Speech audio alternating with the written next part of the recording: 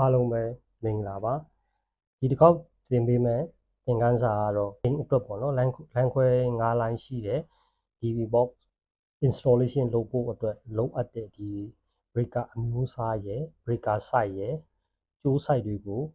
သင်ပေးမှာဖြစ်တယ်ဒီမှာကိုကြည့်မယ်ဆိုရင်ဒါကတော့2 port ပဲဒီမှာပေါ့နော်1 2သူက2 port ကဒါ main ပေါ့နော်1 port breaker လေးတွေ1 2 3 4 5ခုရှိတယ်ပေါ့ဆိုတော့ line က9 line ပေါ့နော် up bar ပေါ့နော်ပြီးရင်ဒီဟာကြတော့ neutral bar ပေါ့ဒီ line တွေကြတော့သူက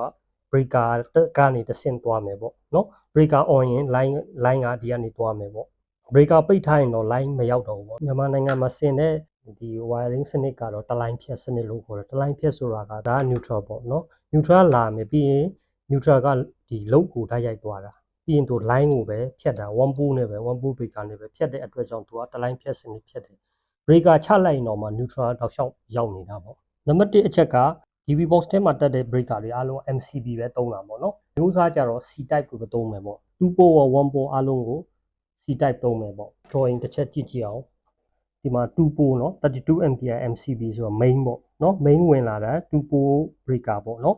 အနီရောင်က line ဖြစ်တယ်ဒီကအပြရောင်ကို neutral နဲ့လုပ်ထားတယ်ပေါ့ဆိုတော့ line နဲ့ neutral နဲ့က AC 230ဆိုတော့ဒီနှစ်ကြိုးကဘယ်ကလာတာလဲ EPC ကလာတာပုံမှန်အဖြစ် EPC ကပေးတဲ့အိမ်တွေမှာသုံးတဲ့ဟာ32 ampere ပဲရှိတယ်ပေါ့32 ampere အတွက်ဆိုရင်ကြိုး size က6 mm square သုံးရမယ်ပေါ့7044သုံးလဲရတယ်ပေါ့နော်7044နဲ့6 mm square အတူတူပဲပြီးရင်ဒီကောင်ဒီ line neutral ဖြစ်တဲ့ကြောင့်2 ကိုဖြစ်ရမှာ2ကိုဆိုတာနှစ်ကြိုးပြောတာပေါ့နော် line နဲ့ neutral ပေါ့သုံးတဲ့အမျိုးအစားကသူက double insulation ဖြစ်ရမယ်ပေါ့နော်ဒီမှာဆိုရင်ကြည့်မယ်ဆိုရင် insulation ကဒီမှာအပြင်မှာတစ်ထပ်ရှိတယ်တစ်ထပ်စီထပ်ရှိတယ်ပြီးမှအထဲမှာ copper ရှိတာပေါ့ဒီ EPC ကနေအိမ်ဝင်လာတဲ့ကြိုးက double insulation သုံးရမယ်ပေါ့ပြီးရင်2 port breaker ကိုလာပြီပေါ့နော်2 port ပြီးရင်ဗာလဲဆိုတော့ line ကိုအရင်ကြည့်လိုက်အနီရောင်ဆိုတော့ breaker က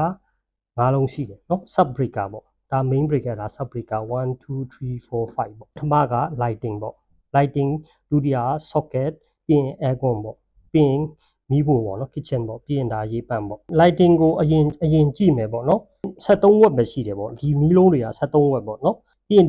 ဒီမီးလုံးတွေကလည်းဒီမှာရေးထားတယ်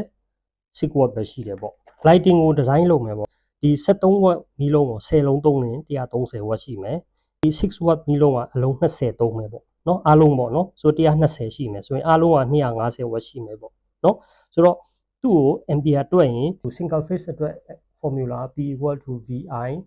into power factor ပေါ့နော်ဆိုတော့ power factor က 0.8 နဲ့ပဲတွက်ရင်ဒီကောင်ဒီ1.5 ampere လောက်ပဲဆွဲတယ်ပေါ့ဆိုတော့ lighting အတွက်ဆိုရင်သူက1.5 ampere လောက်ပဲဆွဲတယ်ပေါ့ကာကိုတက်မယ်ဆိုရင်သူက1 volt 10 ampere တက်ရင်ရတယ်ပေါ့1 volt ဆိုတော့ဒီ line ပဲရှိရเนาะ10 ampere တက်ရင်ရတယ်ဆိုတော့တကယ်ဆွဲတာဒီ1.5 ampere ပေါ့ဒီ breaker က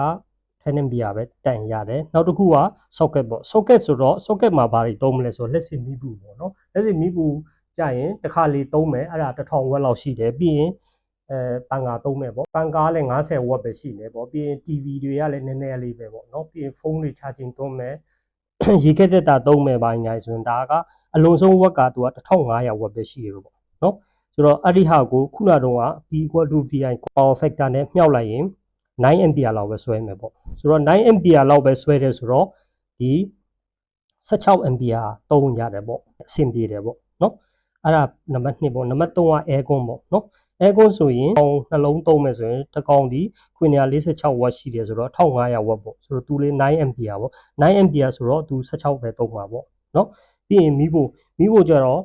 လက်ရှိမီးဖိုတွေက watt များတယ်2000 watt လောက်ရှိတယ်ပေါ့နော်2000 watt နဲ့တွက်မယ်ဆိုရင် 11.5 ampere ဆိုတော့သူဒီ20 ampere လောက်သုံးလိုက်ပေါ့နော်တခါလေသူကဒါနဲ့မင်းပေါင်းတွေရောချက်တာတွေပါရှိနိုင်တယ်ပေါ့နော်ဆိုတော့20 ampere လောက်သုံးလိုက်ပေါ့ဆိုတော့နောက်ဆုံးတစ်ခုကရေပန့်ပေါ့ရေပန့်ကတစ်ကောင်သုံးမယ်ဆိုရင်946ရှိတယ်ဆိုတော့ဒီကောင်အတွက် 4.5 ampere ပဲရှိတယ်ဆိုတော့16 ampere သုံးလိုက်ပေါ့ breaker တွေက lighting အတွက်ဆိုရင်10သုံးမယ် socket အတွက်ဆိုရင်16 aircon ဆိုရင်16မီးဖိုခန့်ဆိုရင်20ရေပန့်အတွက်ဆိုရင်16 ampere သုံးရတယ်ပေါ့ဆိုတော့ breaker site ကတော့ရပြီပေါ့နော် breaker site ကရပြီဆိုတော့ကျိုး site ကိုရွေးမယ်ပေါ့နော်ဆိုကျိုး site ကိုကြည့်မယ်ဆို1.5 ဆိုရင်သူက14 ampere အထိသုံးလို့ရတယ်ဆိုတော့ breaker site ကသူက10ကိုရွေးတယ်ပေါ့နော်2.5 ဆိုရင် 22 ampere ထိသုံးလို့ရတယ်20 ampere ကိုရွေးတယ်ပုံမှန်ပေါ့နော် breaker size ကို4 mm square ဆိုရင်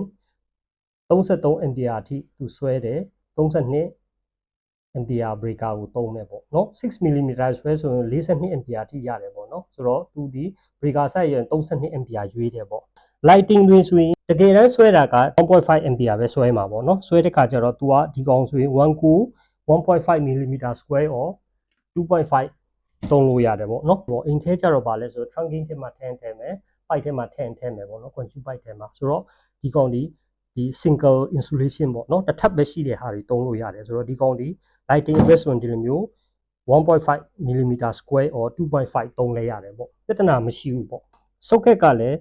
2.5 သုံးမယ်ပေါ့နော်2.5 9 ampere ပဲဆိုတော့ဒီ aircon က4 mm square သုံးမယ်နော် तू ကလောက်ကနဲတယ်ဒါပေမဲ့ तू ဒီ starting current တွေပါတယ်ရှိတယ်ပေါ့နော်အဲဆို4 mm ပြီးရင်မီးပိုခန်းကလည်း4 mm သွားမယ်တန့်ကြတော့2.5 mm သွားမယ်ပေါ့